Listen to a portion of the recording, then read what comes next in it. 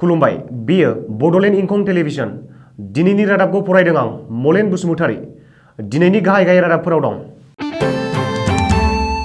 Mission आदब आरो गुन गोनां सोलोंथाइ मावथांखिजों आसामाव 1000 नि बांसिन बर' बिजोंनि गुदि फरायसालिखौ जौगाहोगोन, बुंदों दिपेन बर'। विधान सभा बिसायख'थिनि खालारखौ फोसावबाय। मोनथाम खोन्दोआव जागोन आसाम विधान सभा बिसायख'थि। रेल स्टेशन आरो उरां गाथोनाव कर'ना टेस्ट खालामथारनांसिगोन। बराक सेरफांनि थाखाय मिनि सेक्रेटारियेट बेखेवबाय। आसामाव हेंथा दोलोनि जथायारि गोहोखौ देरहाहोनो तेजस्वी यादवनि formula. Indian super league ISL आव मैया नर्थ इस्ट इउनाइटेड FCआ देरहानो हादों। बारग' अलिम्पिक जिमनास्टिक कच ज'ना जिउ फोजोबनानै लादों। टिभि फावखुंगुर गौरव च'पड़ाया बच्चन फान्डे सावथुनाव फाव खालामसिगोन। दानिया आबुं रादाब।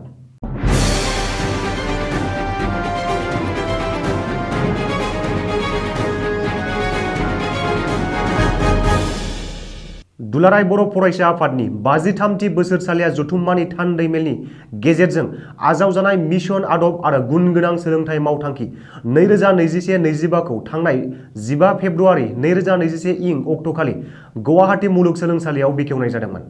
बेजोंनो लोब्बा लाखिनानै आसामजों लोगोसे भारत नाङै रायजो जानाय गंफ्रोमबो बर' नखरावनो बेनि गुबै थांखि आरो नोजोरा सहैयो, बेनि थाखाय साइकेल हानजा सुनाय हाबाफारिखौ मैया सनितपुर जिल्लानि हुग्राजुलि दख'रानि बेन्दोङाव थानाय आयनाजुलि बर' गुदि आरो गेजेर फरायसालिनि गेवलां गेलेग्रा फोथारनिफ्राय जागायजेनो। बे हाबाफारियाव गाहाय आलासि महरै बाहागो लानानै एबसुनि आफादगिरि दिपेन बर'आ बुंदोंदि दुलाराय आसामनि सिङाव 1000 गुदि बर' फरायसालिखौ लाफानानै आदब आरो गुन गोनां सोलोंथाइ मावथांखिनि गेजेरजों बर' बिजोंनि गुदि फरायसालिफोरनि जेंनाखौ सुस्रांगोन आरो जौगाखांहोगोन। बबेखानि बे बिथांखिखौ एबसुनि 20,000 मावथि सोद्रोमाफोरा बाहागो लानानै खौसेयै मावफुंलांगोन होननानैबो दिपेन बर'आ बुंथियो। बेनिनो दिनै नैथि साननि हाबाफारिखौ फुंबिलिनि गोथार आर'जजों जागायो आरो बाथासिपुर मिलन गोजौ आरो गेजेर फरायसालिनि गेवलां गेलेग्रा फोथाराव ओनसोलनि रायजो राजा आरो फरायसाफोरजों मिशन आदब आरो गुन गोनां सोलोंथाइ 2021-25 नि सायाव सावरायनाय गेवलां मेलखौ बेखेवनानै होयो एबसुनि बोसोनगिरि खुंख्रा सरगियारिया। बबेखानि बे हाबाफारियाव मिरु जिल्ला आरो दख'रा एबसुनि गोबां दैदेनगिरिफोरजों लोगोसे सनितपुर जिल्ला बर' थुनलाइ आफाद, सा ढेकियाजुलि गुदि बर' थुनलाइ आफादनि दैदेनगिरिमोनहाबो बाहागो लायो। आसाम विधान सभा बिसायख'थिनि खालारखौ फोसावबाय हादरनि बिसायख'थि आय'गआ। आसामजों लोगोसे दरबा रायजोनि बिसायख'थिनि खालारखौ बिसायख'थि आय'गआ मैया फोसावदों। बिसायख'थि आय'गआ फोसावनाय बादिब्ला 2021 मायथाइनि आसाम विधान सभा बिसायख'थिखौ मोनथाम खोन्दोआव खुंनाय जागोन। आसामनि गासै मोन 126 विधान सभा मासिनि गेजेराव मोन 47 मासियाव फैगौ 27 मार्च खालारखालि गिबि खोन्दो बिसायख'थिनि भट आजावगोन। नैथि खोन्दोआव 1 एप्रिल खालि आरो 39 बियाबाव भट लागोन आरो 6 एप्रिल खालि थामथि एबा जोबथा खोन्दोनि भट आजावनाया मोन 40 बियाबाव जागोन। बबेखानि दरबा रायजोआव भट आजावखांनायनि उनावसो 2 मे खालारखालि भट सानगोन आरो रिजाल्ट फोसावगोन। बिसायख'थि आय'गआ फोसावनाय बादिब्ला गिबि खोन्दो बिसायख'थिनि थाखाय 2 मार्च खालि नटिफिकेशन इस्यु खालामगोन। 9 मार्च खालि बिजाथिलाइ गथायनायनि जोबथा खालार। 12 मार्च खालि बिजाथिलाइ बोखांना लाफिननायनि जोबथा खालार। नैथि खोन्दोनि बिसायख'थिनि थाखाय 5 मार्च खालि नटिफिकेशन इस्यु खालामगोन। 12 मार्च खालि बिजाथिलाइ गथायनायनि जोबथा खालार। 12 मार्च खालि बिजाथिलाइ बोखांना लाफिननायनि जोबथा खालार।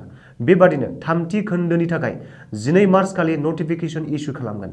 19 मार्च खालि बिजाथिलाइ गथायनायनि जोबथा खालार।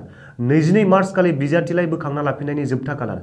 मख'नो गोनांदि बिजाथिलाइ गथायनाय समाव बिजाथिजों लोगोआव सानैल' सुबुं थाफानो हागोन आरो गंनैल' गारि लानानै थांनो हागोन। बबेखानि अनलाइननि गेजेरजोंबो नमिनेशन गथायनायनि खाबु थागोन होननानै बिसायख'थि आय'गआ फोसावदों। ओरैहाय देग्लायनि बिसायख'थियाव सिगां बोसोरफोरनि बादि ग्रेन्ड रेली एबा सुबुं थुबुरुमाफोर जानाय नङा।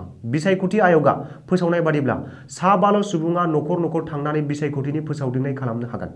आथिखालनि थासारिखौ नायनानै बिसायख'थियाव डिउटि गोलैनाय साफ्रोमबो बिबानगिरिफोरनो कर'ना भेक्सिन होनाय जागोन आरो मोनफ्रोमबो सेन्सेटिभ सेन्टारफोराव CRPF जवान थिसननाय जागोन होननानैबो बिसायख'थि आय'गआ फोसावदों।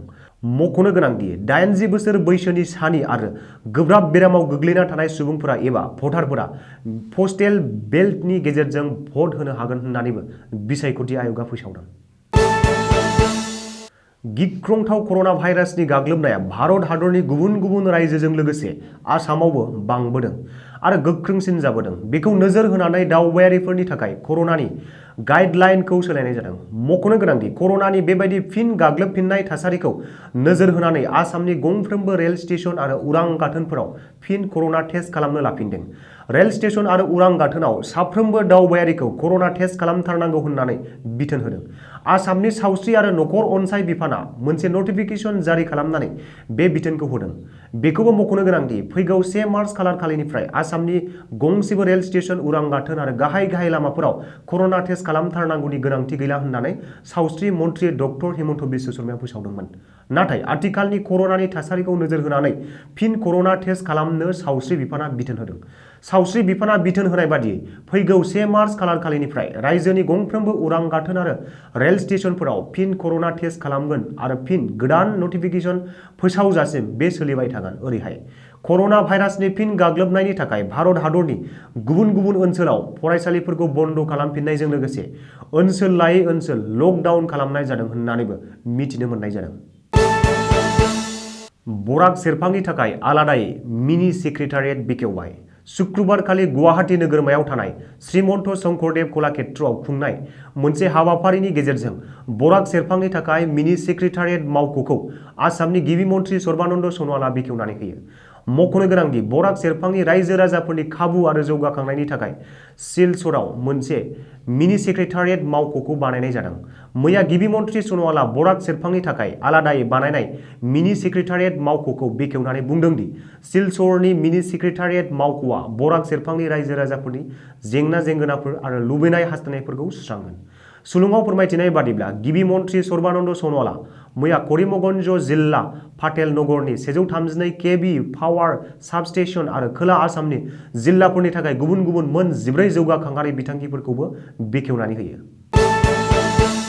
आसाम विधानसभा बिसायख'थिनि खालारखौ फोसावनाय लोगो लोगो मोनफ्रोमबो गासैबो राजखान्थि दोलोफोरानो गोख्रों थियारि जादों। बेनि गेजेरावनो बिजेपिनि हेंथायै हेंथा दोलोनि जथायारि गोहोखौ खालामनो नाजादों बिहारनि लाइमोन राजखान्थिगिरि आरो आरजेडीनि दैदेनगिरि तेजस्वी यादवआ। मख'नो गोनांदि बे समाव तेजस्वी यादवआ कंग्रेस, एआईयूडीएफ आरो हेंथा दोलोफोरनि जथायारि गोहोखौ गोख्रोंसिन खालामनो थाखाय गुवाहाटी नोगोरमायाव दंफैयो। रिपर्टनि बादिब्ला तेजस्वी यादवआ मैया गुवाहाटीआव फैनायनि उनावनो हराव कंग्रेस आरो एआईयूडीएफनि दैदेनगिरिफोरजों लोगोसे आलादा आलादा लोगो हमदों।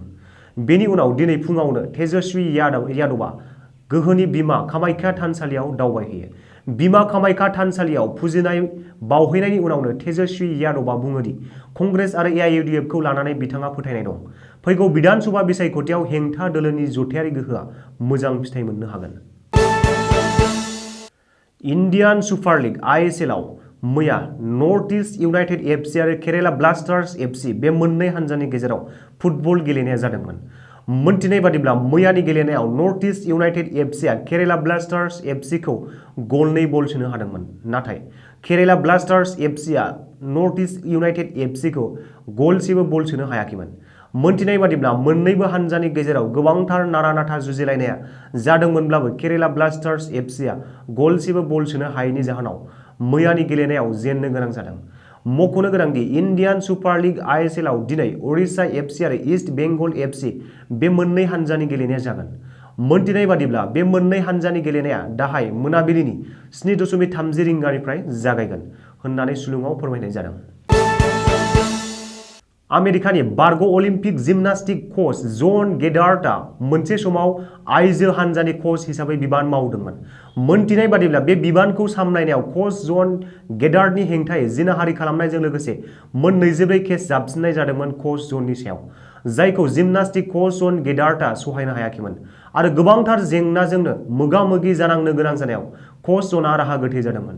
जाहोनाव बियो गावनि जिउ फोजोबना लानायखौनो सायख'नानै लादोंमोन आरो बियो थांनाय बिस्तिबारखालि गावनि जिउखौ फोजोबनानै लायो। बिनि बिदि जिउ फोजोबनानै लानाय जाथाया गोबांसाखौनो सोमोनांहोदों होननानै मिथिनायबो जादों।